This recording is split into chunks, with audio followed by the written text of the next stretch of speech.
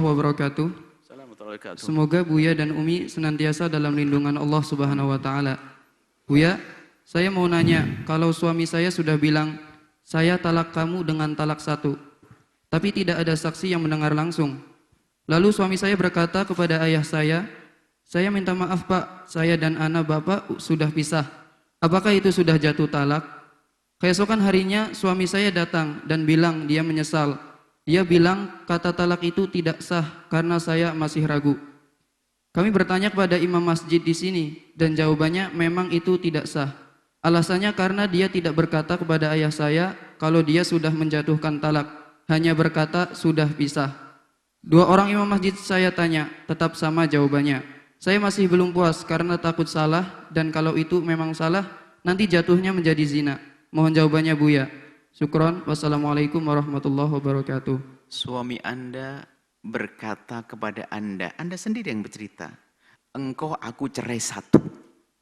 Biarpun tanpa saksi tajuh cerai. Bagaimana ada imam masjid mengatakan tidak sah cerai?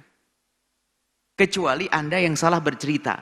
Anda berkata kepada imam masjid, suami saya berkata kepada ayah saya sudah pisah Pak. Lah kalau omongannya begini ya belum cerai dong. Pisah itu maksudnya apa? Bisa saja kinayah dan apa. Ya tergantung Anda yang cerita bagaimana. Kalau Anda cerita kepada imam masjid manapun, seandainya imam masjid itu bodoh, kalau Anda berkata, bahwasanya suami saya berkata pada saya, engkau aku cerai, pasti mengatakan cerai. Jadi kadang-kadang orang itu dalam menyampaikan nggak jujur, nggak semuanya disampaikan. Mungkin Anda tidak menyampaikan semua yang terjadi, apa yang Anda dengar. Jadi kalau suami Anda sudah menyampaikan, engkau aku cerai satu, ya jatuh satu. Biarpun 1000 orang mengatakan tidak sah. Tapi nggak mungkin kalau ada imam masjid mengatakan tidak sah. Kecuali Anda ceritanya bukan cerita itu. Bukan omongan suami yang Anda ceritakan adalah omongan suami Anda kepada ayah Anda. Bukan omongan suami Anda kepada Anda. Kalau omongan suami Anda kepada Anda jatuh cerai sudah. Biarpun tanpa saksi. Anda berdua tiba-tiba suami mengatakan kok aku cerai satu. Jatuh cerai.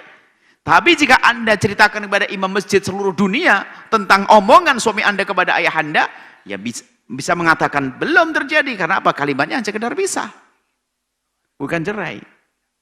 Bisa kan macam-macam, bisa ranjang, bisa rumah, mungkin sudah bersepakat mau pindah rumah, kita pisah, bisa saja masuk bab kinayah. Jadi seperti itu. Jadi kemudian bagi siapapun yang ditanya tentang perceraian itu hendaknya kita harus mendengar kalimat dari kaum suaminya, kemudian apa yang didengar istrinya, harus begitu. Kadang saking marahnya seorang istri, tiba-tiba gampang ngomong, saya sudah dicerai suami saya. Padahal belum juga.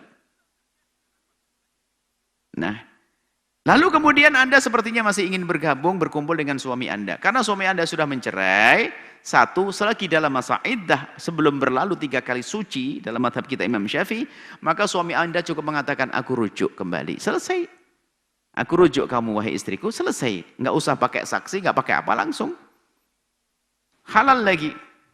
Tapi sebelum suami Anda rujuk, maka akan tapi hendaknya sebelum suami rujuk, hendaknya diselesaikan dulu apa sih yang menjadikan suami Anda kemarin mengancam perceraian.